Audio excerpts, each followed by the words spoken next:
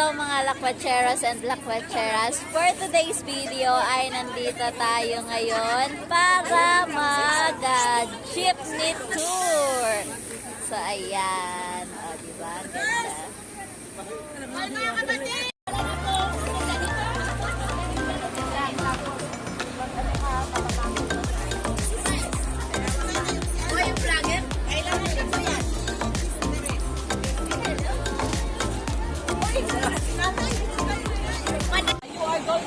The jeep tour to the Judean desert. Okay, so Judean desert is one of the important place sa lahat, especially during the period of the prophets, and the time of Jesus. So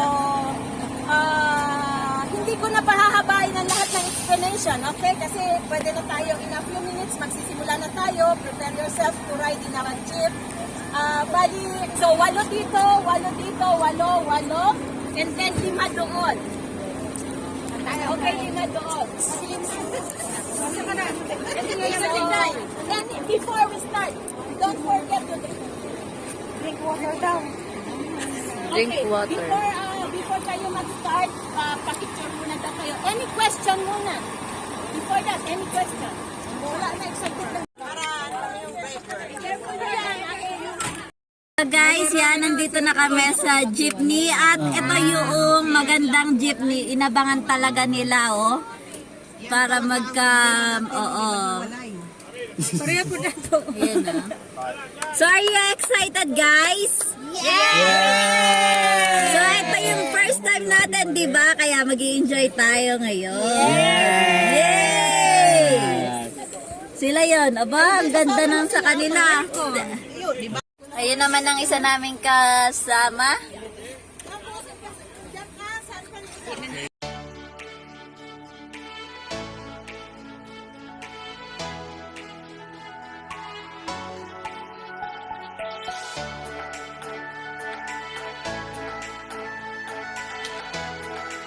Nasaan na natin?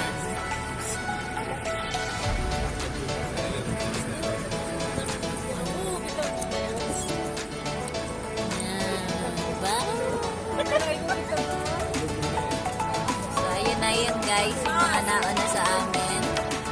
Lima kami na bus. Hindi na jeep.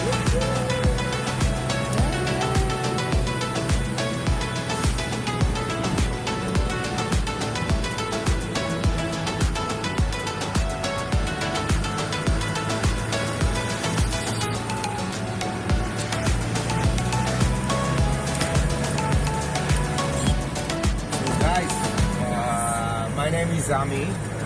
I'm a tour guide. Nice to meet you. Nice to meet Everybody you. speak English, no problem. Yeah. Yes, good English. You are all living here in Israel? Yes. Great. So we have 2 hours in the north part of the Judean desert. We're beginning here in Ma'ale Adumim. This neighbor in front of us is called Azariah, on the name of Lazarus. The story of that region connected to Judaism history, to Christianity, and to Islam as well. Lazarus' house was the place where Jesus spent the week before he was crucified on Passover when he came from Galilee. Later, that neighborhood was built. From here to Temple Mountain, it's very, very fast. In car, it's 10 minutes. But we are Israelis and we are not going through, because as you see the red sign, It's Arab place. it's Azon. It's in Palestinian control on the land. Okay. And in the 80s, the way down to Dead Sea, which is down there below, went through Azariah. So I remember the bus going through Azariah, and then the main highway was open, and then we started going around. Why I'm telling you that? Because when we will get to the MUNTTAR mountain, will tell you that in Second Temple period, the Jews used to sacrifice a goat there, and you will say, oh, it's so far away from the city, from Jerusalem. But actually, most people, what they have in mind is the bypass of going around, north, down, up, which is a long way. Instead of understanding that hiking from Jerusalem to that mountain, which we will see in a minute, you see the highest mountain in front of us. This is JABEL MUNTTAR, Hara Azazel in Hebrew. Azazel, it's like hell. It's where you push the goat down from the cliff. And we will stop there and we will talk about it a little bit. So one of the priests in the temple, that was his role, to go with the goat, to bring the goat there. A lot of history there is in the region. And also we will see the Bedouin that live here today, the nomads. We will see how they going out with the goat and the shepherds.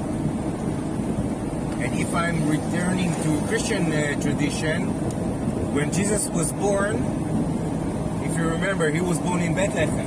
And then a star came up above Bethlehem, and three kings from the east came with presents. They met the people of Bethlehem in the shepherd's fields. What we will see when we will go that area, that we will see that it's fit for people to live. So there is, the Bedouin is actually feed their animals in the same place which was called the shepherd's field. Here it's June now, and you still see some grass. It's not very, it's look dry, but it's for the goats. It's enough to feed. So although the life here of the Bedouin is quite hard, it's still possible. It's still possible to live here. We can see those tiny villages, one family here, one family there. Is there people living there? Yes, in those shacks, people living. Yes, and they're animals, and they still preserve the way of life as it used to be. Here, you see that shepherd, young man, with the mobile and the goat out. Yes. So in many ways, they become modern, but in many aspects, they're still like, look at them, and you can imagine how life was here 3,000 years ago. And the gap is amazing. You see, this is a Kedar, this is a Jewish settlement, a modern neighborhood, you know, with internet, with electricity, water, everything, communication, and behind the fence, yes, there is Bedouin that living like some 1,000 years ago. Wow. They preserve the life. They live with the food of the what the animals bring. This is what they have. If they have milk from the goat, they can do some cheese. That cheese is very crucial to the diet. Water in this region is very hard because there is no water in the ground. You know, in normal place you dig, you find groundwater. The groundwater here is very, very deep. So instead of digging a well, they will dig a cistern. It means that they will collect in the winter water from the rain. Sometimes the rain is coming here. They arrange, you know, like tunnels, and they make a reservoir under the ground. They make pilaster on the wall that they will not lose the water, and then they have water for the whole year. But it's standing water. It's not very, you know, you can't drink it. Even the Bedouin can't drink the water. What they need to do, they take the water, boil it, and then most of the time they will drink tea. Tea is after you boil the water is, it's like the best filter to boil the water. For the animals, it's okay. Food, okay, they have a very, very basic economy. Feed. What does it mean? In Europe, in North America, when you have a ranch and you take the animals, you know, you don't hold them in one place. and you let them go for free. How you call it? Organic agriculture. They're doing the organic agriculture without calling it like that because they still let the animals. The animals have good life, eat fresh food. People from outside, when they are buying a sheep from here, it's no antibiotics. It's very good food. Okay, let's say that they get rid of one sheep. They have now some cash in the. Here I'm going to his home. He prepared some tea, and he bring me some pita bread and cheese. And then I kept some of the cheese and the bread here. And then I met one of the shepherds, which I know also. And he said to me, Ami, do you have something to eat? I said to him, Khaled, I have a pita bread and a cheese. And he looked at that from here, and he said, oh, this is Bedouin food. I don't want. And the kids all the time, you could see they ask, give me food, give me food, give me money, give me food. Like they are begging. There is no hunger here. They have food, they eat well, but when they are seeing us coming from outside, they think that you have the chocolate or something sweet. There is a kind of a crave for sugar, for a cake or something that they don't spend. It's very rare that they will take the money and buy something sweet. So life here is okay, but very, very basic. Each family have a water cistern, so they collect the water. I will show you a cistern when we will pass by. It's very simple. The technology is very simple to create a place that brings the water and can create a reservoir. A good visibility today, so we can see the mountains in the other side. So if you see the two towers, you know this is Rabat Amon.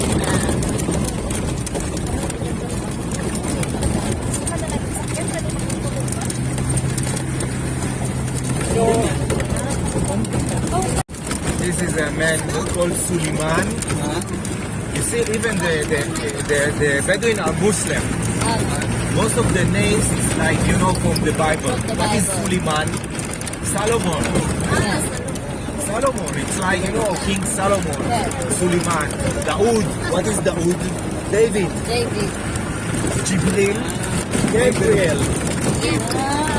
Isa. Jesus. Islam have a lot of respect for in Arabic it's mountain, and it's 524 meters above sea level, which is, it's not the Everest, you know, but it's in the area, it's the highest point, and the Dead Sea is 400 meters below sea level. So the gap is very dramatic. Yes, and it's a place with nice panorama.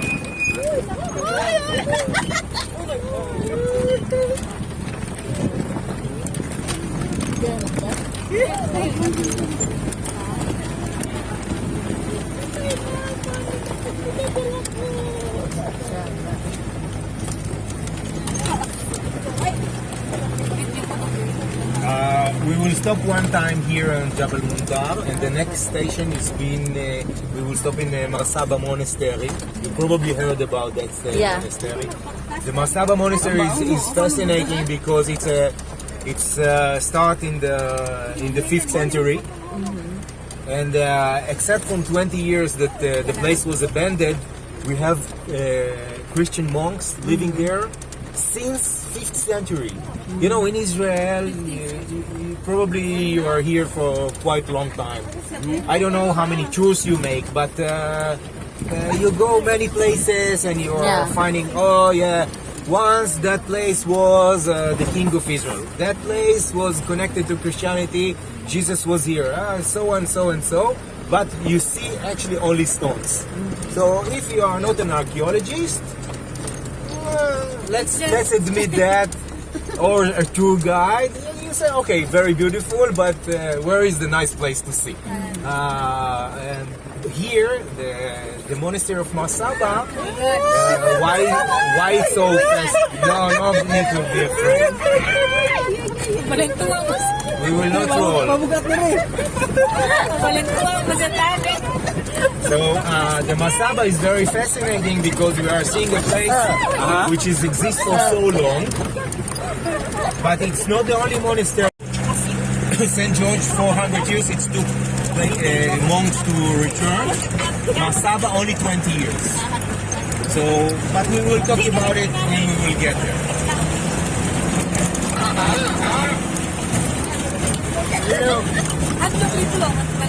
Bishop Berali? Sa kaon na kayo? Sabay sa kaon kayo? כן, רק בלואו, שלא להיתקע בהם. Oh my God! Ayan na. Paano na tayo sa pic? Ready guys! Ito na. Baba na lang tayo, oy. Baba na lang. Paglagsak. You know, she wants... Uy, ingunanin sa Tiwalwal. Uy, kapunta na Tiwalwal. Bakit sila niyo? Ganito ka mountain. Wala na ba tayo ka? Nakamunta ka lang.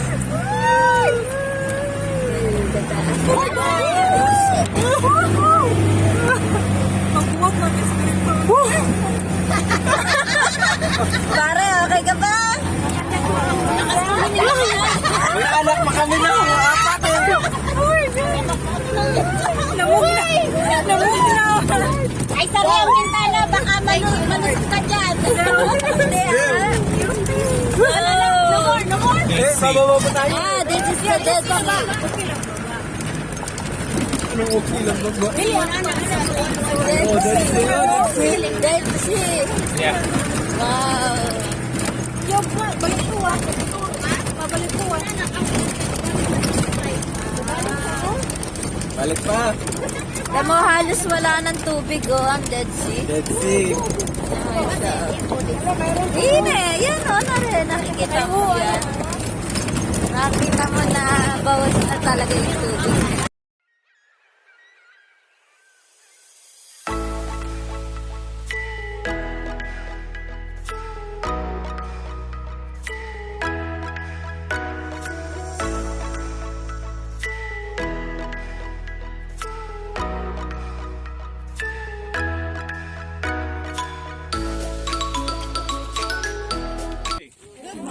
We are in Jehuda desert, and actually we are standing on a special mountain. We call it Mount Azazel. Why we call it Azazel? Actually, Azazel, it's like you said in English, hell. Yes. So if somebody tell me in Hebrew, Lech Azazel, what it mean go to hell? But if one of my friends tell me today, Lech Azazel, I can tell him I'm already been there today. Okay.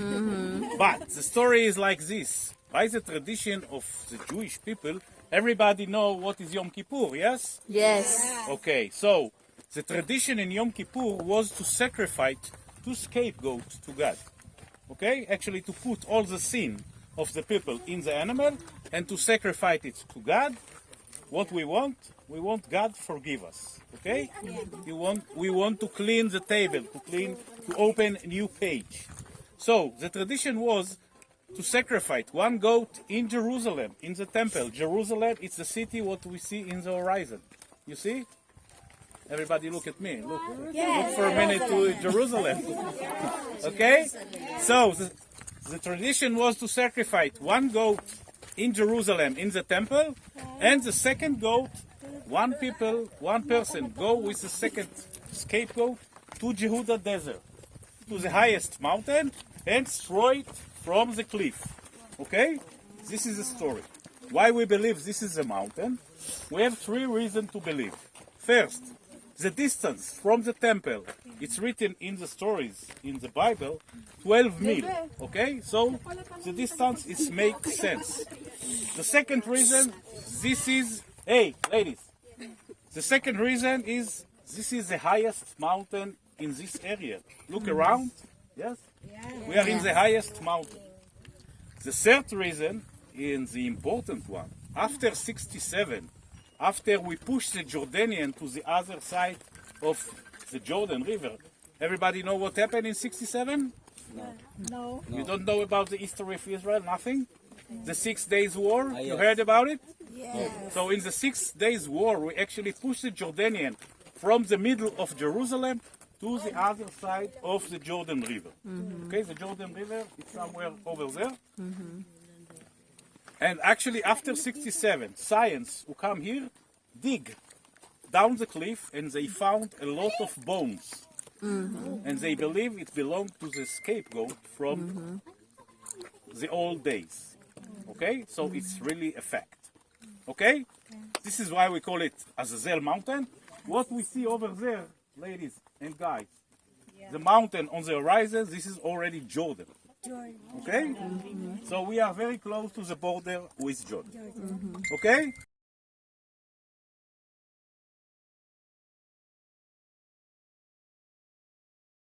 Guys, ang ganda dito guys. Oh.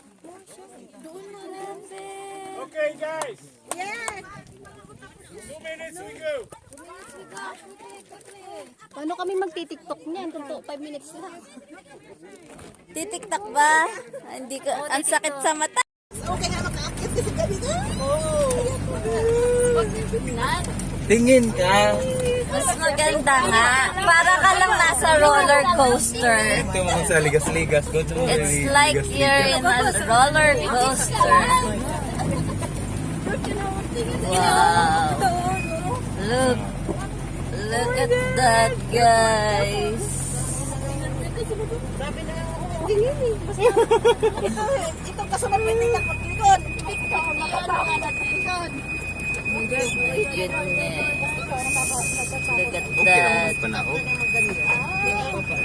Look at that. Look at our way.